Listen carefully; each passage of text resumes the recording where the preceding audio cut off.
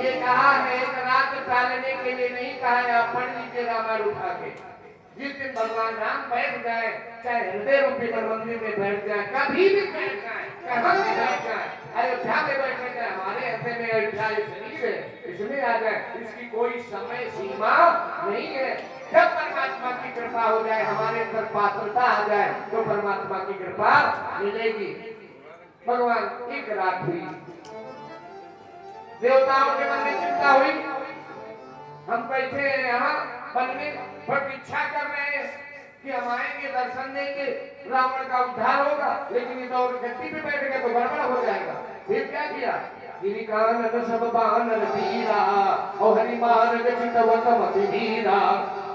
भगवान की परीक्षा में इंद्र ने कहा कि गड़बड़ होगा, तो उन्होंने अपनी सरस्वती की प्रेरणा ली, प्रार्थना की, भैया तुम जाओ। बोले कि शुभ काम में बाधा हम नहीं करेंगे। ये माताएं जल्दी किसी के शुभ कार्य में अवरोधक नहीं, पुरुष तो बनते हैं, इनका मन कथा में कम लगता है।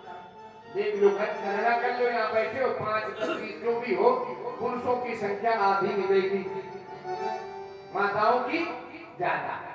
ये भक्ति का साक्षात रूप है माताएं देवियां, तो इनके अंदर भक्ति है। तो आज सरस्वती ने मना किया, लेकिन फिर बहुत आग्रह हुआ तो आई और पूरी अयोध्या में घूमी, लेकिन कोई जगह नहीं मिली जिसकी बुद्धि में वो जा पावे। ऐसा कोई राम की अयोध्या में भक्ति नहीं मिला, इंसान नहीं मिला जिसकी बुद्धि में जाके कुछ बिगाड़ पावे।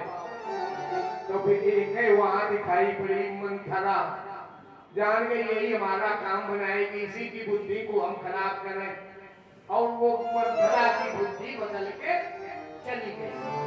अब ये जाके पहुंची कैकेयी के पास, कैकेयी से बताया, कैकेयी ने बहुत डांटा, कैसी पापी है, तुझे स्वप्न में नहीं, कैसा मेरे राम के प्रति स्वभाव बोलाती है, तुमको किसने बताया? तुम अगर दोबारा ये बात कही तो हम तुम्हारी जीभ काट देंगे।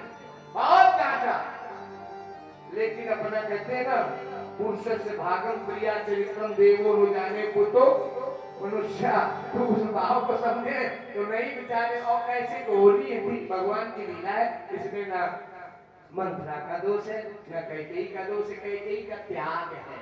अगर आप ध्यान से देखोगे तो बालक राम का जब जन्म हुआ है तो भरत को कौशल्या की गोद में देती थी और राम को अपने आंचल में लेती थी, अपने आंचल से दूध पिलाती थी, नींद नहीं आती थी, वो कैकेयी है। और एक बार की बात है, भगवान राम से उसने कहा कि प्रभु राम, हम तुम्हारे बिना जीते नहीं, हम तुम्हारे बिना जी नहीं सकते। बोले भैया तुम हमें कितना प्यार करते हो? बोले बहुत ज्यादा। बोले नहीं, हमें तुम्हारे इसकी परीक्षा लेनी है। बोले कैसे लेना चाहते हो? हमारे प्राण ले लो। ध्यान देना, कैकेयी ने कहा मेरे प्राण ले लो। बोले प्राणों से ज्यादा कीमती चीज लेंगे। बोले शरीर के प्राण से ज्यादा क्या महत्वपूर्ण होता है? बोले हाँ होता है। बोले क्या होता है? बोले स्त्री के लिए उसका सुहाग होता है। प्राण से ज्यादा प्रिय अगर कोई है तो स्त्री के लिए उसका पति है, उसका सुहाग है। तो भगवान ने कहा हम तुम्हारे सुहाग माने तुम्हारे पति का प्राणांत होगा जो हम मांगेंगे, ऐसा तुम्हें मांगना होगा जिससे तुम्हारा सिंदूर जाएगा, हमारे पिता का बिछो होगा और देश का धर्म कार्य होगा और राम जन्म के हेतु का कार्य पूरा होगा। तो बताइए ऐसी कोई माता होगी इस कार्य को करेगी? तो कैकेयी का चरित्र इतना पवित्र है, उसका ध्यान इतना निष्ठा का है, उसको कोई कौशल्या भी नहीं कर सकती है। इसलिए भगवान ने आज कहने का मतलब है कैकेयी की बात को मंथरा ने बदल दिया, भाव बदल दिए। और भगवान की कहते ना राम जन्म के हेतु अनेका परम विचित्र एक थे, एका सोई जाने चाहिए हो जनाई। ये भगवान या तुलसीदास जी जान सकते हैं, ये तो मेरा अपना भाव है। मूल में क्या है? ये तो परमात्मा लिखने वाला ज्ञान है, और लिखने वाले रामायण के कौन है मालूम? तुलसीदास जी ना, वाल्मीकि ना, मूल में जाएंगे तो रामायण की रचना भगवान समाज सदाशिव ने की है। इसी रामायण में लिखा है, रची महेश निज मानस राखा, अपाय सुसमय शिवासन भाखा, असुरी शिव काग कुसुम्नी दीना, अतिन का शिव अधिकारी चीना, अतिन ते आगे बलक मुनि पाई, असो पुनि भर द्वादशो गाई। ये क्रम है, ये रामायण की रचना मूल में महात्मा स्वयं भगवान शाम सदाशिव है। भागवत की रचना हो, गायन हो, सुख स्वरूप सुखदेव जी महाराज शिव का अंश है, उन्होंने रचना का गायन किया है। और रामायण की रचना मन मंदिर में रखते हुए शिव ने शिवा माने पार्वती को सुनाया है। और रामायण शतकोटि अपारा, रामायण एक नहीं है, करोड़ों रामायण है। और ये वाल्मीकि तुलसीदास बने हैं। ये वाल्मीकि कब थे? त्रेता में, और उसके बाद ही तुलसीदास कलयुग में बन के इस वाल्मीकि रामायण के अनुवाद को हिंदी अवधी भाषा में, अब चाहे जितना भी नास्तिक आदमी हो, पूरे कल्याणपुर में घूम आप, 90% लोगों के यहाँ रामायण भले न पढ़ी जाती हो, लेकिन घरों में जरूर मिलेगी। ये तुलसीदास जी ने इसकी विशेषता, ये भौतिकवादी जो कवि है ना, कवि एक होते पुरानी चीज को पुराना, जैसे रामायण में वाल्मीकि रामायण उठाएंगे तो उसमें कुछ लवकुश कांड है, इतने तुलसीदास जी ने उसको हटा ही दिया, क्योंकि उसमें सीता का त्याग हुआ, लवकुश के साथ अन्याय हुआ है। तो ये भौतिकवादी कवि महात्मा तुलसीदास जी ने उसको कहा नहीं, ये समाज को गलत संदेश देगी, इसलिए उसे हटा दिया। इसमें जो अच्छा है समाज के लिए, जीने के लिए है, वही रखा है।